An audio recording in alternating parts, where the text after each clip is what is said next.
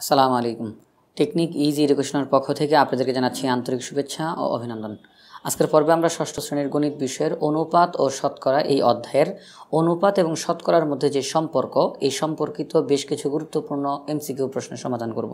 সবার প্রথমে আমরা এখন 101 নম্বর প্রশ্নের সমাধান করব। তার কারণ আমরা 1 থেকে 100 পর্যন্ত আমাদের পূর্ববর্তী পর্বগুলোতে সমাধান করে এসেছি। 101 নম্বর প্রশ্নে কি বলেছে? সবার প্রথমে একটা তথ্য দেওয়া আছে। নিচের তথ্যের ভিত্তিতে 101 থেকে 103 নং প্রশ্নের উত্তর দাও। মনিরা বার্ষিক পরীক্ষায় 80% নম্বর পেয়েছে। রাকিব পেয়েছে মনিরার 90% নম্বর, অর্থাৎ মনিরা যত নম্বর পেয়েছে তার 90% নম্বর পেয়েছে রাকিব। পরীক্ষায় মোট নম্বর 800, অর্থাৎ পরীক্ষাটা হয়েছে 800 নম্বরের পরীক্ষা। এই 800 নম্বর পরীক্ষার 80% পেয়েছে মনিরা। মনিরা যত নম্বর পেয়েছে তার 90% নম্বর পেয়েছে রাকিব। প্রশ্নটা এভাবে করে লাগানো। তাহলে এই প্রশ্নটাতে এখন সর্বমোট নাম্বার 800, এই 800 নম্বরের 80% নাম্বার মনিরা পেয়েছে। মনিরা যত নাম্বার পেয়েছে তার 90% রাকিব পেয়েছে। 101 নম্বর প্রশ্ন, মনিরার প্রাপ্ত নম্বর কত? অর্থাৎ মনিরা কত নম্বর পেয়েছে সেটা নির্ণয় করতে হবে। মনিরা পেয়েছে 800 এর 80% নম্বর সমান 800 এর 80% মানে উপরে 80 নিচে 100। 100 800-র মধ্যে 8 বার যায়, 8 8 64, পাশে এই শূন্যটা বসিয়ে দিব। মনিরা পেয়েছে 640 নাম্বার। মনিরা 800 নম্বরের মধ্যে 640 নাম্বার পেয়েছে, তার মানে সে 80% নাম্বার পেয়েছে। এই 80%-এ 640 নাম্বার হয়। 102 নম্বর প্রশ্ন, রাকিব কত নম্বর পেয়েছে? আমাদের এই উপরে যে তথ্যটা দেওয়া সেখানে কিন্তু বলা আছে রাকিব পেয়েছে মনিরার 90% নম্বর। তাহলে মনিরা পেয়েছে 640 নাম্বার, তাহলে মনিরা যত নাম্বার পেয়েছে তার 90% নম্বর রাকিব পেয়েছে। 640-এর 90% নম্বর পেয়েছে। 640 এর 90% বলতে উপরে 90 নিচে 100। এখন আমরা কাটাকাটি করব। 90-এর মধ্যে 10 যায় 9 বার, 100-র মধ্যে 10 যায় 10 বার। 10 640-এর মধ্যে যায় 64 বার। এই যে 0 আর 0 কাটলাম, তাহলে 64 বার। তাহলে 64 এর 9, এর মানে গুণ, গুণের কাজ। তাহলে 64-র সাথে যদি আমরা 9 গুণ দেই তাহলে ফলাফল হবে 576। অর্থাৎ 640 এর 90% হচ্ছে 576। 576 আমাদের এই অপশনগুলোর মধ্যে ঘ নাম্বার অপশনে 576 দেওয়া আছে, এটি হচ্ছে সঠিক উত্তর। এরপর 103 নম্বর প্রশ্ন, রাকিব শতকরা কত নম্বর পেয়েছে? এখন এখানে যদি আপনারা ভাবেন যে রাকিব শতকরা 90 নাম্বার পেয়েছে, অর্থাৎ 90% নম্বর পেয়েছে, তাহলে কিন্তু একটা ভুল হবে। কারণ এই যে 90% নাম্বার, এটা কিন্তু সম্পূর্ণ পরীক্ষার 90% না। এটা হচ্ছে মনিরা যত নাম্বার পেয়েছে তার 90%। তাহলে সে মোট যত নাম্বারের পরীক্ষা হয়েছে তত নাম্বারের মধ্যে কত পার্সেন্ট নাম্বার সে পেয়েছে, এবার আমরা সেটা নির্ণয় করব। প্রথমে যেমন বলা ছিল মনিরা বার্ষিক পরীক্ষায় 80% নাম্বার পেয়েছে, ওই রকমভাবে রাকিব বার্ষিক পরীক্ষায় কত পার্সেন্ট নাম্বার পেয়েছে সেটা আমরা এখন নির্ণয় করব। তাহলে আমাদের এখানে আমরা কিন্তু জানতে পারলাম যে রাকিব 576 নাম্বার পেয়েছে। রাকিব 576 নাম্বার পেয়েছে। পরীক্ষাটা হয়েছে কত নাম্বারের? 800 নাম্বারের পরীক্ষা। তাহলে এই 576 800-র কত পার্সেন্ট? এই 576 800-র কত পার্সেন্ট সেটা আমরা এখন নির্ণয় করব। আমরা লিখব 576 800 এর 800 ভাগের 576 ভাগ। 576 হলো 800 এর 800 ভাগের 576 ভাগ। এখন এটাকে আমরা শতকরায় প্রকাশ করে দিলেই আমাদের অঙ্কের ফলাফল বের হয়ে যাবে। 576 গুণ 100, 800 গুণ 100। যখন আমাদেরকে শতকরায় প্রকাশ করতে বলবে তখন এমন একটা ভগ্নাংশ আমরা নির্ণয় করব যার হর 100। তাহলে এখানে তো হর 100 নাই, এখানে তো হর 800 আছে। এজন্য আমরা 100 দ্বারা গুণ করলাম উভয় পক্ষকে। আমাদের মূলত হরে 100 দরকার, কিন্তু বাহির থেকে তো একটা আনা যায় না, উভয় পক্ষেই আনতে হয়। এজন্য আমরা উভয় জায়গাতেই 100 দ্বারা গুণ করছি। এখন নিচে যে 100 আছে তাকে আমরা কিছু করব না। নিচের 100 বাদে বাকিগুলোকে আমরা কাটাকাটি করার চেষ্টা করব। নিচের 100কে কেন কিছু করব না? তার কারণ আমরা শতকরায় প্রকাশ করতে চাই, আর শতকরা মানে হলো এমন একটি ভগ্নাংশ যার হর 100 হয়। তা আমি যদি এখন এই নিচের 100কে কেটেই ফেলি তাহলে তার হর 100 থাকলো না। এই জন্য নিচের 100কে কিছু করব না, বাকিগুলোকে কাটাকাটি করার চেষ্টা করব। 100 800-র মধ্যে 8 বার যায়, 8 576-এর মধ্যে 72 বার যায়, 8 72-এ 576। তাহলে এখানে পরবর্তী লাইনে আমরা লিখব উপরে 72 নিচে 100। এই যে একটা ভগ্নাংশ আমরা তৈরি করলাম 100 ভাগের 72, এটাই হচ্ছে শতকরা, অর্থাৎ এমন একটা ভগ্নাংশ যার হর 100।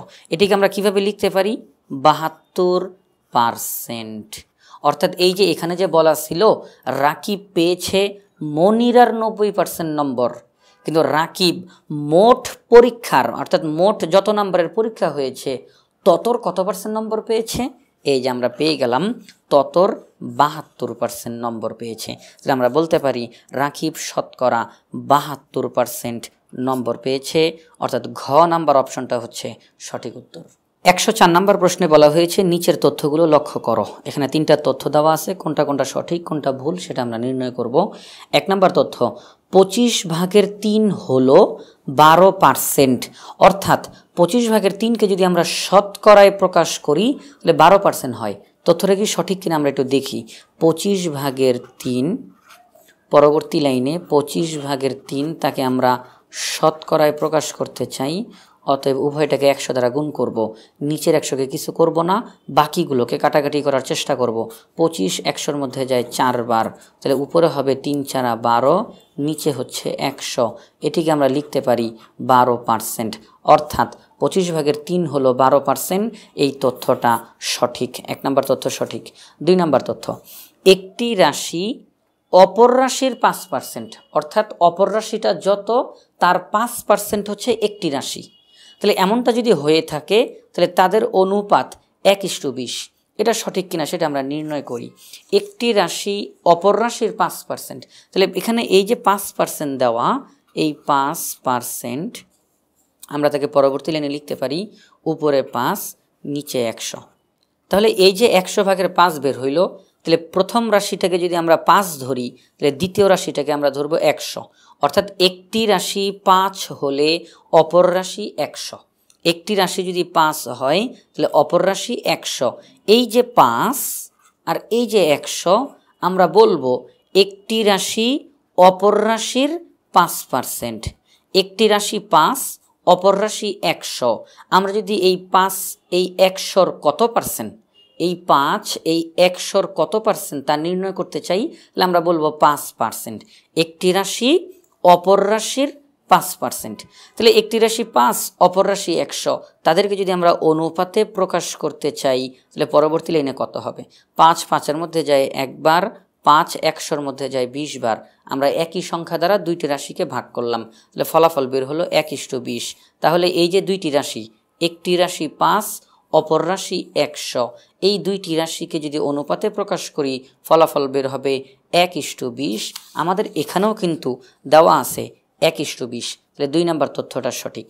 3 নম্বর তথ্য 2.50 এর শতকরা হলো 25%, অর্থাৎ এটিকে এই দশমিক ভগ্নাংশকে যদি আমরা শতকরায় প্রকাশ করি তাহলে 25% হয়। দেখি তথ্যটা সঠিক কিনা। আমরা লিখব 2.50 সমান, এই দশমিকের জন্য নিচে 1 দিব, দশমিকের পরে 2টা সংখ্যা, এই জন্য 2টা শূন্য দিব। এই যে 100 লিখলাম, এই 100 লেখার কারণে দশমিকটা উঠে যাবে, অর্থাৎ আমাদের কাজ হচ্ছে দশমিকটাকে উঠানো।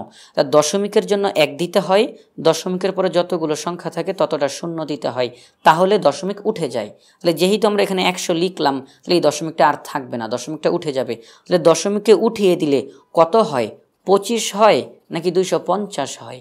এখানে হয় 250, কারণ এখানে দশমিক ছিল, দশমিকটাকে যদি উঠায় দেই তাহলে 250 অর্থাৎ 250। তাহলে আমরা এখানে লিখব 250। তাহলে এটাকে এই যে 250 লিখলাম, পরবর্তী লাইনে কি লিখতে পারি? 250 নিচের 100-র বদলে পার্সেন্ট চিহ্ন, অর্থাৎ 250%।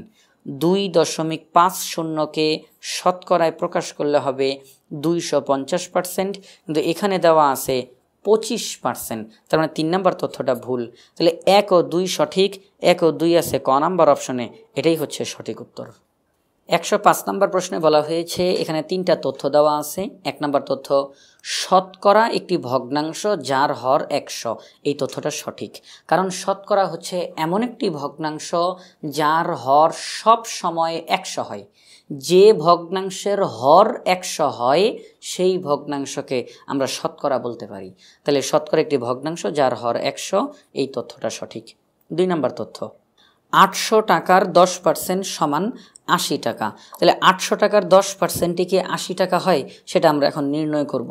আমরা এখানের মধ্যে দেখি 800 এর 10%, পরবর্তী লাইনে 800 এর উপরে 10 নিচে 100, পরবর্তী লাইনে 100, 800-র মধ্যে যায় 8 বার, 8 10-এ 80, অর্থাৎ 800 এর 10% হলো 80। তাহলে এখানে যেহেতু টাকা দেওয়া আছে উভয় জায়গাতে, তাহলে 80 টাকা, তথ্যটা সঠিক। 3 নম্বর তথ্য, 2/1কে শতকরায় প্রকাশ করলে হয় 50%। তো 2/1কে শতকরায় প্রকাশ করলে 50% হয় কিনা আমরা দেখি। 2/1, তাকে আমরা লবকেও 100 দ্বারা গুণ করব, হরকেও 100 দ্বারা গুণ করব, কারণ আমরা শতকরায় প্রকাশ করতেছি। 2 100-র মধ্যে যায় 50 বার, পরবর্তী লাইনে 50 × 50 নিচে 100, পরবর্তী লাইনে 50%, অর্থাৎ 2/1কে যদি আমরা শতকরায় প্রকাশ করি তাহলে হবে 50%। তাহলে এখানেও তারা বলছে 50%, তাহলে 3 নম্বর তথ্যটা সঠিক। তাহলে 1 ও 2 হচ্ছে ক নাম্বারে দেওয়া আছে, এটাই আমরা দেখতেছি এখানে 1 2 3, 3টা তথ্যই এখানের মধ্যে সঠিক। তাহলে ঘ নাম্বার অপশনটা হচ্ছে সঠিক উত্তর। 105 নম্বর প্রশ্নের সঠিক উত্তর ঘ, 1 2 ও 3। 106 নম্বর প্রশ্নে বলছে, লাভের বিপরীতার্থক শব্দগুলো হলো, এখানে মধ্যে 3টা তথ্য দেওয়া। এই যে লাভের বিপরীতার্থক অর্থাৎ লাভের বিপরীত শব্দগুলো কি কি? 1 নম্বর তথ্যতে দেওয়া আছে ক্ষতি, হ্রাস। লাভের বিপরীত হচ্ছে ক্ষতি, লাভের বিপরীত হচ্ছে হ্রাস, কারণ যখন ক্ষতি হয় তখন কমে, যখন হ্রাস হয় তখনও কমে, কিন্তু লাভ হলে তো বাড়ে। তাহলে এই যে লাভের বিপরীত ক্ষতি মানে কমে গেল, লাভের বিপরীত হ্রাস অর্থাৎ কমে গেল, তাহলে লাভের বিপরীত ক্ষতি এবং হ্রাস, এই 2টা শব্দ সঠিক। 2 নম্বর তথ্য, আয় বৃদ্ধি।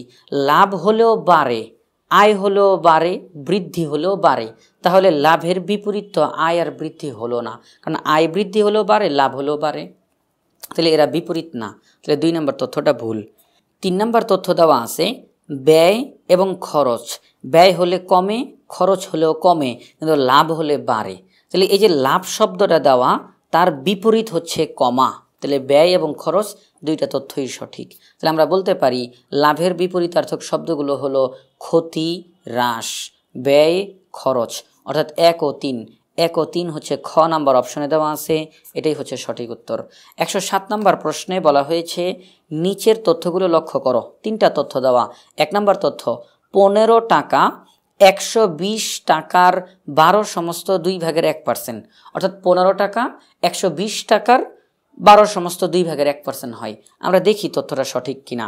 15 টাকা 120 টাকার 120 ভাগের 15 ভাগ, 15 টাকা 120 টাকার 120 ভাগের 15 ভাগ।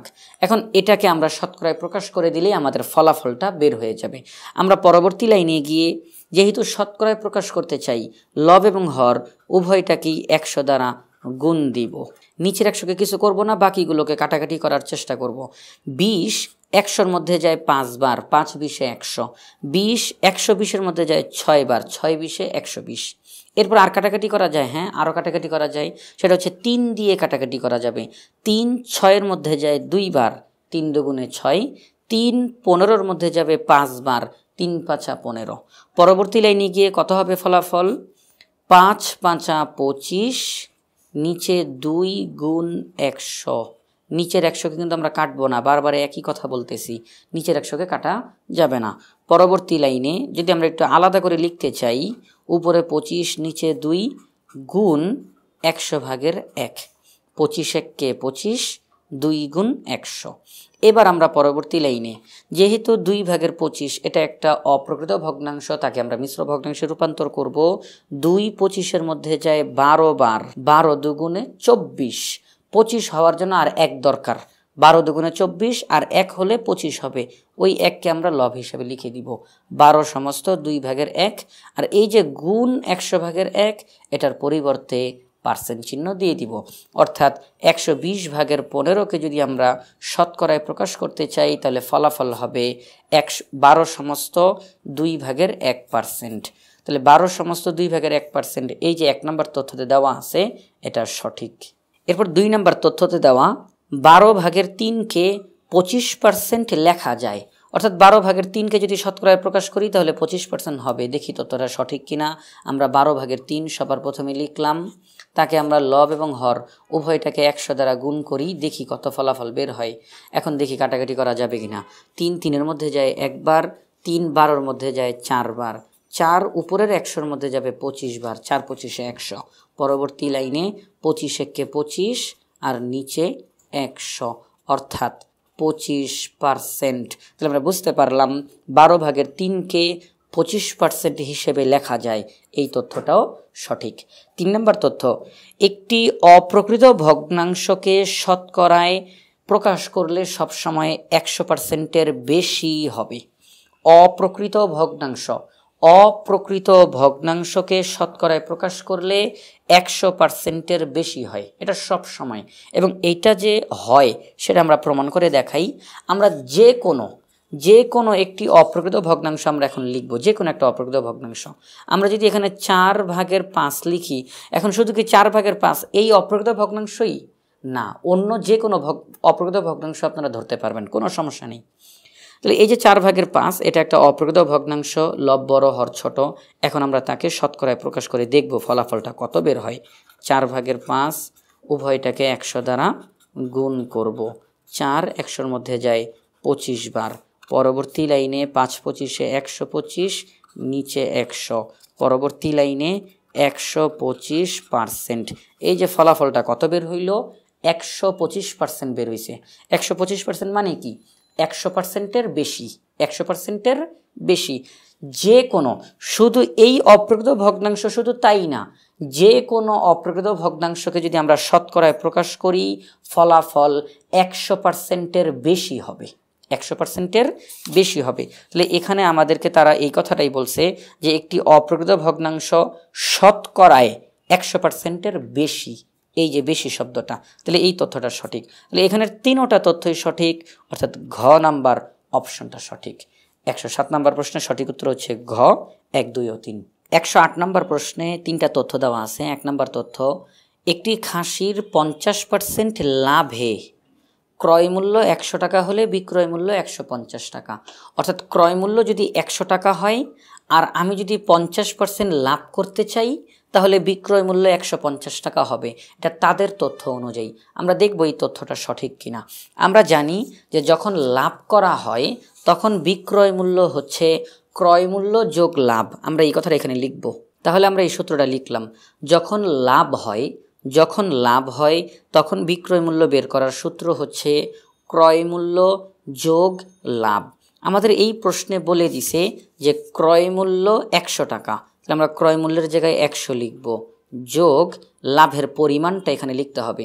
তারা বলছে লাভ হচ্ছে 50%, অর্থাৎ প্রতি 100 টাকায় 50 টাকা লাভ করতে হবে, প্রতি 100 টাকায় 50 টাকা লাভ করতে হবে। তাহলে আমরা তো জানি জিনিসটা 100 টাকা দিয়ে কিনে নিয়ে আসা হয়েছে, এখন 50 টাকা লাভ করতে হবে, মানে 50 টাকা বাড়ায় বিক্রি করতে হবে, প্রতি 100 টাকায় 50 টাকা বাড়ায় বিক্রি করতে হবে। তাহলে জিনিসটার দাম 100 টাকা, লাভ করতে হবে 50 টাকা, তাহলে ক্রয় মূল্য যোগ লাভ তাহলে হয় 150, বিক্রয় মূল্য 150 টাকা। আমরা যখন 100 টাকার একটা জিনিস 150 টাকা দিয়ে বিক্রি করব তখনই 50% লাভ হবে। তাহলে আমরা বলতে পারি যে এই তথ্যটা সঠিক। একটি খাসির 50% লাভে ক্রয় মূল্য 100 টাকা হলে বিক্রয় মূল্য 150 টাকা হবে। 2 নম্বর তথ্য, 20 এর 20% সমান 4, 20 এর 20% সমান 4। এই তথ্যটা কি সঠিক? আমরা দেখি। আমরা এখানে আমাদের লিখব 20 এর 20%। পরবর্তী লাইনে 20 এর 20% মানে উপরে 20 নিচে 100, 20 20-এর মধ্যে যায় একবার, 20 100-এর মধ্যে যায় 5 বার, 5 20-এর মধ্যে যায় 4 বার, সব কাটাকাটি করলাম। পরবর্তী লাইনে 4 1 4, আমরা দেখলাম 20-এর 20% হচ্ছে 4, তাহলে 2 নম্বর তথ্যটাও সঠিক। 3 নম্বর তথ্য, 50 টাকার 50% সমান 50 টাকা, এই তথ্যটা কি সঠিক? এই তথ্যটা ভুল। তার কারণ হলো 50 টাকার 50%, 50% মানেই অর্ধেক, যেটা দেওয়া আছে তার অর্ধেক। তাহলে 50 টাকার 50% হবে 50 টাকার অর্ধেক, 50 টাকার অর্ধেক, 50 টাকার অর্ধেক হচ্ছে 25 টাকা, কিন্তু তারা বলতেছে 50 টাকার অর্ধেক 50 টাকা, তাহলে এটা হলো না, এটা এমনিতেই ভুল। কিন্তু তারপর আমরা অঙ্কের মাধ্যমে করে দেখাই যে 50 টাকার 50%, আমরা দেখি 50 টাকার 50%, পাশে লিখব টাকা, পরবর্তী লাইনে 50 এর উপরে 50 নিচে 100 টাকা, 50 100-এর মধ্যে যায় 2 বার, 2 50-এর মধ্যে যায় 25 বার, তাহলে 25 টাকা, অর্থাৎ 50 এর 50% হলো 25 টাকা। কত টাকা? 25 টাকা, কিন্তু তারা বলতেছে 50 টাকা, তাহলে তাদের এই তথ্যটা ভুল। তাহলে কোন কোন তথ্য সঠিক? 1 আর 2, এই দুইটা তথ্য সঠিক। 1 আর 2 আমরা দেখতেছি আমাদের গ নাম্বার অপশনে রয়েছে, তাহলে এটি হচ্ছে সঠিক উত্তর। 109 নম্বর প্রশ্নে 3টা তথ্য দেওয়া। 1 নম্বর তথ্য, পার্সেন্ট চিহ্নের পরে কোনো একক বসে না, তারা এই তথ্যটা দিছে এবং এই তথ্যটা সঠিক। তার কারণ আমরা যখন যেমন লিখলাম 20%, এই যে 20% লিখলাম, এটা লেখার পরে কিন্তু আর কোনো একক এখানের মধ্যে বসবে না। আমাদেরকে যদি বলে যে এত টাকার এত কত হয়, কত পার্সেন্ট হয়, শতকরা কত, তখন আমরা বলবো 20% হয়। তাহলে এর পাশে আর কোনো একক বসার দরকার নাই, যে 20% শতকরা, 20% টাকা, 20% টি, এসব কোনো একক বসানোর কোনো প্রয়োজন নাই। তাহলে পার্সেন্ট চিহ্নের পরে কোনো একক বসে না, শুধু এই পার্সেন্ট চিহ্নটাই বসে, পার্সেন্ট চিহ্নের পরে আর কোনো একক বসবে না। তাহলে আমরা এই 1 নম্বর তথ্যটা সঠিক, এটা আমরা বলতে পারি। শুধুমাত্র পার্সেন্ট চিহ্নই বসে ফলাফলের ক্ষেত্রে, ফলাফলের ক্ষেত্রে শুধু পার্সেন্ট চিহ্নটাই বসে। 2 নম্বর তথ্য, লাভকে ক্রয়মূল্যের উপর হিসাব করা হয়। শুধু যে লাভকেই ক্রয়মূল্যের উপরে হিসাব করা হয় তা না, ক্ষতিকেও ক্রয়মূল্যের উপরে হিসাব করা হয়। লাভ এবং ক্ষতি এই উভয়টাকেই ক্রয়মূল্যের উপর হিসাব করা হয়, তাহলে তাদের এই তথ্যটা সঠিক। 3 নম্বর তথ্য, সুদ আসল সমান সুদ যোগ আসল, অর্থাৎ সুদের সাথে আসল যোগ করলে সুদ আসল হয়, তথ্যটা সঠিক। আমরা যখন আসলের সাথে সুদ যোগ করি তখন তাকে বলা হয় সুদ আসল। তাহলে আমরা দেখলাম 109 নম্বর প্রশ্নের 3টা তথ্যই সঠিক, 3টা তথ্য ঘ নাম্বার অপশনে রয়েছে। তাহলে 109 নম্বর প্রশ্নের সঠিক উত্তর হচ্ছে ঘ, 1 2 ও 3। আমাদের এখানে বলা হয়েছে যে নিচের তথ্যের ভিত্তিতে 110 ও 111 নং প্রশ্নের উত্তর দাও, অর্থাৎ এই তথ্যের আলোকে 2টা প্রশ্নের উত্তর দিতে হবে। এখানে তথ্যটা কি দেওয়া, একটি শ্রেণীতে 200 জন শিক্ষার্থীর মধ্যে 5% অনুপস্থিত ছিল। তাহলে 200 জন শিক্ষার্থীর মধ্যে 5% অনুপস্থিত ছিল। 110 নম্বর প্রশ্ন, কতজন শিক্ষার্থী উপস্থিত ছিল? কতজন শিক্ষার্থী অনুপস্থিত ছিল এটা কিন্তু জানতে চায় নাই, তারা জানতে চেয়েছে কতজন শিক্ষার্থী উপস্থিত ছিল। তাহলে আমরা উপস্থিত ছিল কতজন এটা বের করব কিভাবে? আমরা বের করব কতজন আসে নাই সেটা আগে বের করব, তাদেরকে বাদ দিলে আমরা পেয়ে যাব কতজন আসছে। তাহলে 200 জন শিক্ষার্থীর মধ্যে 5% আসে নাই, অনুপস্থিত, সেটা আমরা বের করি যে 200 জনের 5% কত হয়। 200 এর 5% সমান 200 এর 5% বলতে উপরে 5 নিচে 100, 100 200-এর মধ্যে 2 বার যায়, 5 দুগুণে 10, তাহলে 200 এর 5% হচ্ছে 10, তার মানে 10 জন শিক্ষার্থী অনুপস্থিত। তাহলে 200 জন শিক্ষার্থীর মধ্যে 10 জন শিক্ষার্থী আসে নাই, অনুপস্থিত। তাহলে আসছে কতজন, উপস্থিত কতজন? 200 জনের মধ্য থেকে আমরা এই 10 জনকে বাদ দিয়ে দিব, তাহলে হবে 190 জন। তার মানে 190 জন শিক্ষার্থী উপস্থিত, 190 জন শিক্ষার্থী উপস্থিত। তাহলে খ নাম্বার অপশনটা হচ্ছে সঠিক উত্তর। কতজন শিক্ষার্থী উপস্থিত ছিল? খ নাম্বার অপশনের 190 জন। 111 নম্বর প্রশ্নে বলা হয়েছে উপস্থিত শিক্ষার্থীদের, খেয়াল করবেন, উপস্থিত শিক্ষার্থীদের প্রত্যেককে 5 টাকা দামের চকলেট দিলে কত টাকা লাগবে? আমরা জানি একটু আগে যেই 110 নম্বর প্রশ্নের সমাধান করলাম সেখানে পেয়েছি উপস্থিত শিক্ষার্থী 190 জন। এই 190 জনের প্রত্যেককে 5 টাকা দামের চকলেট দিলে কত টাকা লাগবে? তাহলে একজনের জন্য টাকা লাগবে 5 টাকা, তাহলে 190 জনের জন্য কত টাকা লাগবে? 190কে আমরা 5 দিয়ে গুণ দিব, দেখি ফলাফল কত বের হয়। 5 শূন্য 0, 5 নং 45-এর 5 থাকে 4, 5 একে 5 আর 4 যোগ করলে হয় 9, 950 টাকা লাগবে। এক একজনকে যদি 5 টাকা দামের চকলেট দেওয়া হয় তাহলে 190 জন শিক্ষার্থীকে 5 টাকা দামের চকলেট দিলে সর্বমোট 950 টাকা লাগবে। এটা হচ্ছে গ নাম্বার অপশনে দেওয়া রয়েছে। নিচের তথ্যের ভিত্তিতে 112 ও 113 নং প্রশ্নের উত্তর দাও। কি তথ্য দেওয়া? মামুন তার মামার বাড়ি থেকে 60টি আম আনলো, এটা হচ্ছে তথ্য। 112 নম্বর প্রশ্ন, 60টি আমের 10% পচে গেল, তাহলে কয়টি আম পচে গেল এটা তারা জানতে চায়। এখানে তো তারা বলছে 60টি আমের 10% পচে গেছে, এখন 10%-এ কয়টা সেটা তারা জানতে চায়। তাহলে আমরা এখন 60টি আমের 10% কত হয় সেটা বের করব। 60 এর 10% পাশে লিখব টি সমান 60 এর 10%, অর্থাৎ উপরে 10 নিচে 100। 10 100-র মধ্যে 10 বার যায়, 10 60-এর মধ্যে 6 বার যায়, তাহলে ফলাফল কত হবে? ফলাফল হবে 6টি। আমরা পেয়ে গেলাম 60টি আমের 10% পচে গেল, অর্থাৎ 6টি আম পচে গেল। ক নম্বর অপশনটা হচ্ছে সঠিক। 113 নম্বর প্রশ্ন, 60টি আমের 90% ভালো আছে, 90% ভালো আছে, কয়টি ভালো আছে? এখন 60টি আমের 90% কত হয় সেটা বের করব। 60 এর 90% টি, পরবর্তী লাইনে 60 এর উপরে 90 নিচে 100। 10 90-এর মধ্যে যায় 9 বার, 10 100-এর মধ্যে যায় 10 বার, 10 60-এর মধ্যে যায় 6 বার, পাশে লিখব টি। পরবর্তী লাইনে 6 নং 54টি, অর্থাৎ 60টি আমের 90% ভালো আছে, তার মানে 54টি আম ভালো আছে। এই 54 আছে খ নাম্বার অপশনে, তাহলে এটি হচ্ছে সঠিক উত্তর।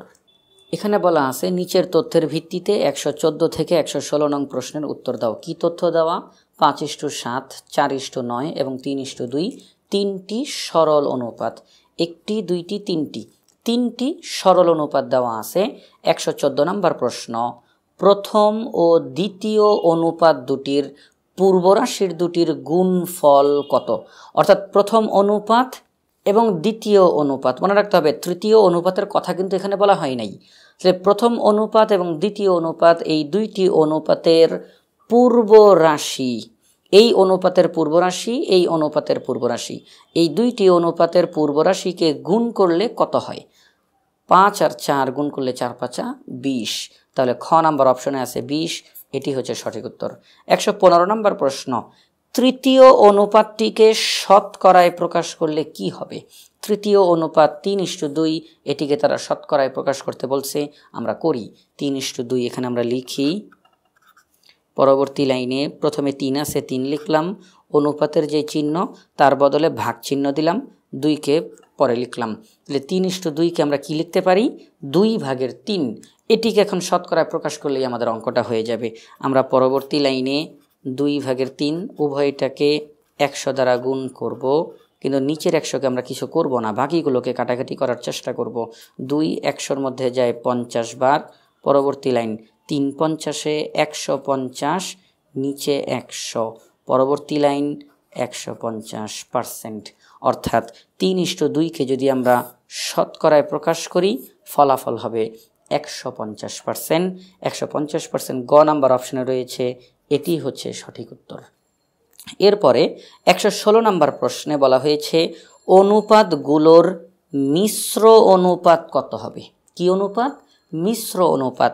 মিশ্র অনুপাত বলতে বোঝানো হয় যতগুলো অনুপাত দেওয়া থাকবে সবগুলো অনুপাতের পূর্ব রাশিগুলোর গুণফল বের করে তাকে পূর্ব রাশি হিসেবে লিখব, উত্তর রাশিগুলোর গুণফল বের করে তাকে উত্তর রাশি হিসেবে লিখব।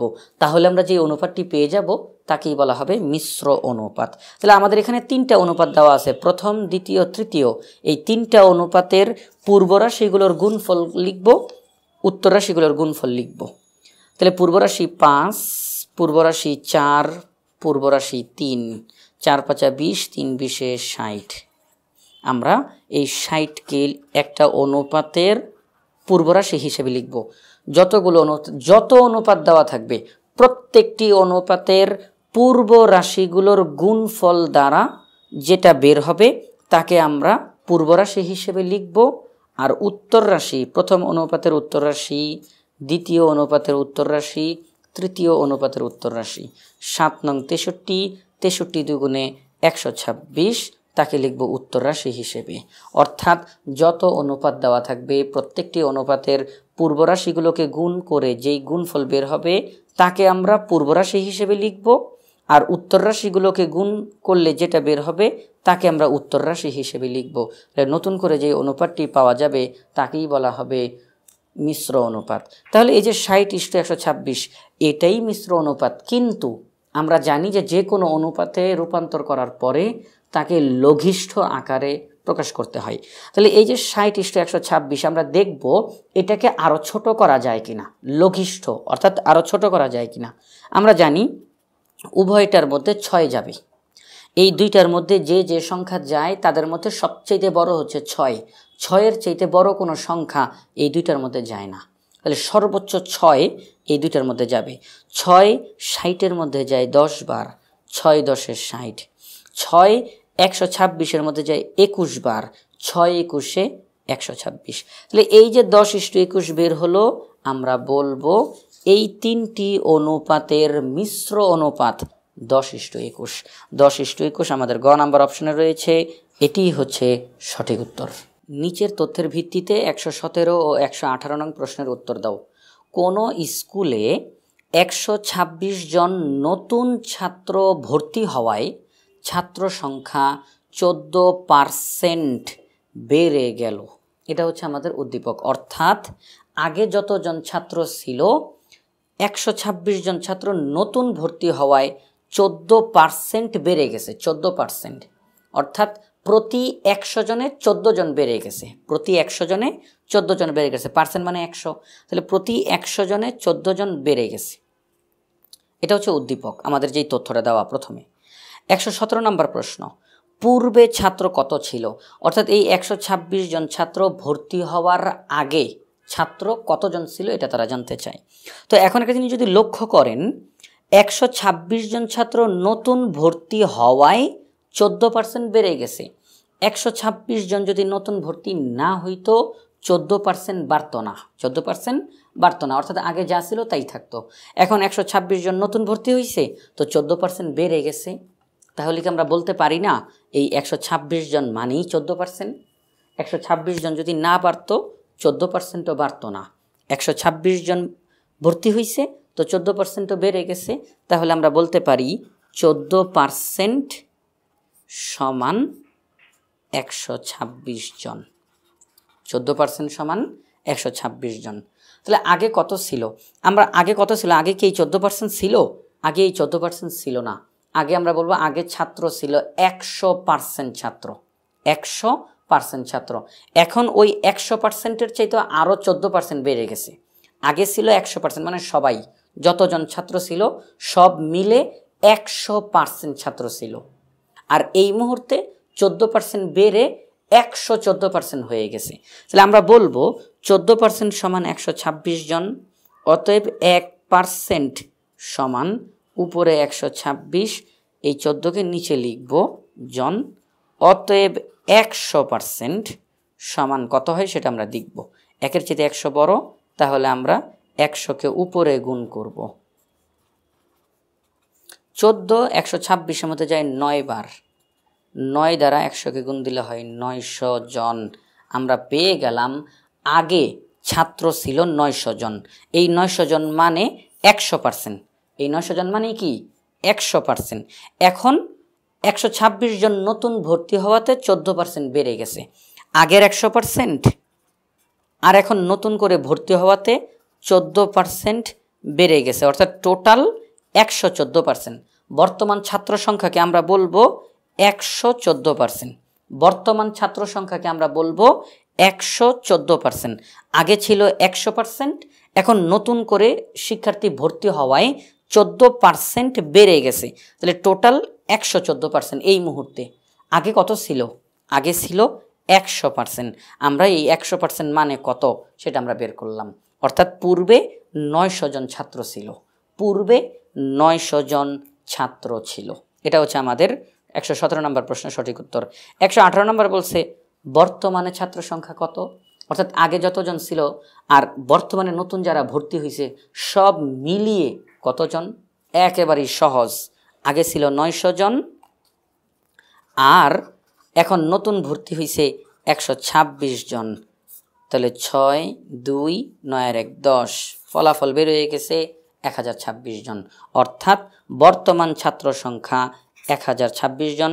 গ নাম্বার অপশনটি হচ্ছে সঠিক উত্তর। এখানে দেওয়া আছে নিচের তথ্যের ভিত্তিতে 119 ও 120 নং প্রশ্নের উত্তর দাও। কি তথ্য দেওয়া আমরা দেখি। দুটি রাশির যোগফল 240, ওই দুইটি রাশির অনুপাত 1:3। যদি ভালো করে খেয়াল করেন এখানে দুইটা তথ্য দেওয়া। একটা হচ্ছে এমন দুইটি রাশি আছে যাদেরকে যোগ করলে 240 হয়, এমন দুইটি রাশি আছে যাদেরকে অনুপাতে প্রকাশ করলে 1:3 হয়। দুইটা তথ্য দেওয়া, ওই দুইটা রাশির যোগফল দেওয়া, ওই দুইটা রাশির অনুপাত দেওয়া, কিন্তু মজার বিষয় হচ্ছে ওই দুইটা রাশি কি কি সেটা দেওয়া নাই। এখন আমরা সমাধান করি। 119 নম্বর প্রশ্নে বলছে প্রথম রাশিটি কত, ওই দুইটি রাশির প্রথম রাশিটি কত। এখন আমরা জানি যে অনুপাতের অঙ্কের ক্ষেত্রে যে দুইটি রাশি থাকে, এখানে যে দুইটি রাশির কথা বলল, ওই দুইটি রাশির কোনো রাশি যদি অঙ্কের মধ্যে দেওয়া না থাকে তখন নিয়ম হচ্ছে যেই অনুপাতটা দেওয়া থাকে এই রাশিগুলোকে যোগ করতে হয়, তারপরে ফলাফল বের করতে হয়। কিভাবে সেটা? সেটা হচ্ছে 1 আর 3 যোগ করব, 1 আর 3 যোগ করলে হয় 4। এই যে 4 বের হইল, আমরা এই যোগফলকে 4টা ভাগ করব, এই যোগফলকে 4টা ভাগ করব। সেই 4 ভাগের মধ্যে 1 ভাগ হচ্ছে প্রথম রাশির জন্য, সেই 4 ভাগের মধ্যে 3 ভাগ হচ্ছে দ্বিতীয় রাশির জন্য। প্রথম সংখ্যাটা প্রথম রাশির জন্য, দ্বিতীয় সংখ্যাটা দ্বিতীয় রাশির জন্য, কারণ ওই দুইটা রাশির অনুপাতই তো এইটা। তাহলে ওই দুইটা রাশির মধ্যে প্রথম রাশির জন্য 1, দ্বিতীয় রাশির জন্য 3। তাহলে আমরা বলতে পারি এই যে যোগফল 240 দেওয়া আছে, তাহলে এই যে 1:3 এটা হচ্ছে ওই দুইটি রাশির অনুপাত। তাহলে প্রথম রাশির জন্য 1, দ্বিতীয় রাশির জন্য 3। আমরা এই যোগফলকে যদি সর্বমোট 4টা ভাগ করি, সেই 4 ভাগের মধ্যে 1 ভাগ প্রথম রাশির জন্য, বাকি 3 ভাগ দ্বিতীয় রাশির জন্য। আমরা এইভাবে করে মানটা বের করতে পারি। তাহলে প্রথম রাশির জন্য কত? 4 ভাগের 1 ভাগ, 4 ভাগের 1 ভাগ। কার 4 ভাগের 1 ভাগ? এই যে যোগফল 240 তার 4 ভাগের 1 ভাগ। 240 এর 4 ভাগের 1 অংশ। দেখি ফলাফল কত বের হয়। 4 এই 24-এর মধ্যে যায় 6 বার, 4 6 24, শূন্যটা কেটে দিয়ে পাশে বসিয়ে দিলাম। তাহলে 4 240-এর মধ্যে যায় 60 বার, 60 একে 60। আমরা পেয়ে গেছি ওই দুইটি রাশির মধ্যে প্রথম রাশিটি হলো 60। প্রথম রাশিটি কত? 60। আমাদের এই অপশনগুলোর মধ্যে ঘ নং অপশনে দেওয়া আছে 60, এটাই হচ্ছে সঠিক উত্তর। 120 নম্বর প্রশ্ন, প্রথম রাশিটি দ্বিতীয় রাশির 3 ভাগের 1 অংশ, 3 গুণ 33 সমস্ত 3 ভাগের 1%। কোন তথ্যটা সঠিক এটা তারা জানতে চায়। এখন আমরা তো প্রথম রাশি জানলাম, দ্বিতীয় রাশি তো এখনও জানি নাই। দ্বিতীয় রাশি বের করি এবং খুব সহজে বের করা যাবে। কিভাবে সেটা? 240 হচ্ছে যোগফল, তার মানে এই 240-এর মধ্যে দুইটা রাশি আছে, ওই দুইটা রাশিকে যোগ করে 240 হইছে। আমরা ওই দুইটা রাশির মধ্যে প্রথম রাশিটা জেনে গেছি 60, তাহলে আমরা যদি যোগফল থেকে প্রথম রাশিকে বাদ দেই দ্বিতীয় রাশি পাবো আমরা। তাহলে এখানে এই যোগফল 240 থেকে প্রথম রাশিটাকে বাদ দিয়ে দিব। 240-এর মধ্যে দুইটা রাশি ঢুকানো আছে, সেখান থেকে প্রথম রাশিটাকে বাদ দিলে আমরা দ্বিতীয় রাশি পেয়ে যাব। 240 থেকে 60 বিয়োগ করলে আর হয় 180। আমরা পেয়ে গেছি দ্বিতীয় রাশি 180। প্রথম রাশি 60, দ্বিতীয় রাশি 180। এই 60 আর 180 যোগ করলে 240 হয়। এই 60 আর 180-কে অনুপাতে প্রকাশ করলে 1:3 হয়। আচ্ছা, এখন আমরা 120 নম্বর প্রশ্নের সমাধান করি। প্রথম রাশিটি দ্বিতীয় রাশির 3/1 অংশ, এটা সঠিক কিনা আমরা একটু দেখি। প্রথম রাশি হলো 60 আর দ্বিতীয় রাশি হলো 180। তাহলে আমরা বলতে পারি 60 180-র 180 ভাগের 60 ভাগ। প্রথম রাশি হচ্ছে 60, দ্বিতীয় রাশি হচ্ছে 180। তাহলে 60 180-র 180 ভাগের 60 ভাগ। 60 180-র 180 ভাগের 60 ভাগ। এখন এটাকে যদি আমরা কাটাকাটি করি, 60 60-এর মধ্যে যায় একবার, 60 180-র মধ্যে যায় 3 বার। তাহলে পরবর্তী লাইনে 3/1 ভাগ, অর্থাৎ প্রথম রাশিটি দ্বিতীয় রাশির 3/1 অংশ। প্রথম রাশিটি দ্বিতীয় রাশির 3/1 অংশ, অর্থাৎ দ্বিতীয় রাশিকে যদি আমরা 3টা ভাগ করি, ওই 3 ভাগের মধ্যে 1 ভাগ হবে প্রথম রাশিটা। ঠিক আছে, তাহলে এটা হচ্ছে আমাদের 1 নম্বর তথ্য, এটা সঠিক আমরা পেলাম যে প্রথম রাশিটি দ্বিতীয় রাশির 3/1 অংশ। এখন 2 নম্বরটা সঠিক কিনা দেখি। তো 2 নম্বরে বলা আছে প্রথম রাশিটি দ্বিতীয় রাশির 3 গুণ, অর্থাৎ দ্বিতীয় রাশিকে 3 দ্বারা গুণ করলে প্রথম রাশি হয়। দ্বিতীয় রাশি কত? দ্বিতীয় রাশি 180। 180-কে যদি 3 দ্বারা গুণ দেই তাহলে প্রথম রাশির সমান হবে, এটাই তারা বলতেছে। তাহলে দ্বিতীয় রাশি 180, তার 3 গুণ কত হয় আমরা দেখি। তাহলে 180-কে যদি আমরা 3 দ্বারা গুণ দিই তাহলে কত হবে? তাহলে হবে 540। 180-কে 3 দ্বারা গুণ দিলে হবে 540।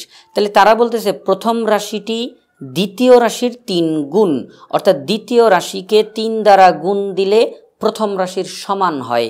আমরা দিছি, আমরা দ্বিতীয় রাশিকে 3 দ্বারা গুণ দিলাম, তাহলে হয় 540। প্রথম রাশি হচ্ছে 60। তাহলে দ্বিতীয় রাশিকে 3 দ্বারা গুণ দিলে কি প্রথম রাশির সমান হয়? হয় না, কারণ প্রথম রাশি দ্বিতীয় রাশির চাইতে ছোট। তাহলে আবার এটা বাড়বে কিভাবে? 3 গুণ দিলে তার বড় হয়ে যাবে। তাহলে 2 নম্বর তথ্যটা ভুল। তাহলে 2 নম্বর তথ্যটি ভুল, 3 গুণ যে বলা আছে এটা ভুল। আমরা এখন 3 নম্বর তথ্যে চলে যাব। আমাদের 3 নম্বর তথ্য দেওয়া আছে প্রথম রাশিটি দ্বিতীয় রাশির 33 সমস্ত 3/1%। এটা কি সঠিক কিনা সেটা আমরা দেখি। এই 3 নম্বর তথ্যটা কিন্তু আমরা 1 নম্বরের মাধ্যমে বলতে পারি। প্রথম রাশিটি দ্বিতীয় রাশির 3/1 অংশ। এই যে 3/1 অংশ, এটিকে আমরা একটু শতকরায় প্রকাশ করে দেখি তো, কারণ আমাদের এই 3 নম্বর তথ্যটা শতকরাতে দেওয়া আছে। আমরা এই 3/1 অংশ, আমরা তো জানি যে প্রথম রাশিটি দ্বিতীয় রাশির 3/1 অংশ। এখন এই 3/1 অংশ কি 33 সমস্ত 3/1%-এর সমান হয় কিনা আমরা একটু দেখি। আমরা এখানে আমাদের একটু করি। 3/1 অংশ, পরবর্তী লাইনে আমরা এটাকে শতকরায় প্রকাশ করতে চাই। উপরেও 100 দ্বারা গুণ করব, নিচেও 100 দ্বারা গুণ করব। নিচের 100-কে আমরা কিছু করব না, বাকিগুলোকে কাটাকাটি করার চেষ্টা করব। উপরে 101-কে 100, নিচে 3 গুণ 100। উপরের 100 আর নিচের 100 কাটলে কিন্তু হবে না, নিচের 100-কে কিচ্ছু করা যাবে না। পরবর্তী লাইনে গিয়ে আমরা লিখতে পারি এইভাবে, উপরে 100 নিচে 3 গুণ 100/1। 101-কে 100, 3 গুণ 100। পরবর্তী লাইনে এটা যেহেতু অপ্রকৃত ভগ্নাংশ, তাকে আমরা মিশ্র ভগ্নাংশে রূপান্তর করব। 3 100-র মধ্যে 33 বার যায়, 3 100-র মধ্যে 33 বার যায়। 3 33-এ 99, 3 33-এ 99। 100 হওয়ার জন্য আর 1 দরকার, সেটা হচ্ছে ভাগশেষ। আমরা ভাগশেষকে লব হিসাবে লিখে দিব। তাহলে 3/100 মানে কি 33 সমস্ত 3/1। আর এই যে গুণ 100/1, এটার বদলে আমরা পার্সেন্ট চিহ্ন দিয়ে দিব। অর্থাৎ আমরা যদি 3/1-কে শতকরায় প্রকাশ করি, ফলাফল হবে 33 সমস্ত 3/1%। তাহলে আমরা বলতে পারি প্রথম রাশিটি দ্বিতীয় রাশির 33 সমস্ত 3/1%, অর্থাৎ দ্বিতীয় রাশি 180, তার 33 সমস্ত 3/1% হচ্ছে প্রথম রাশি। তাহলে 3 নম্বর তথ্যটা সঠিক। তাহলে 1 নম্বর তথ্য আর 3 নম্বর তথ্য, এই দুইটা তথ্য সঠিক।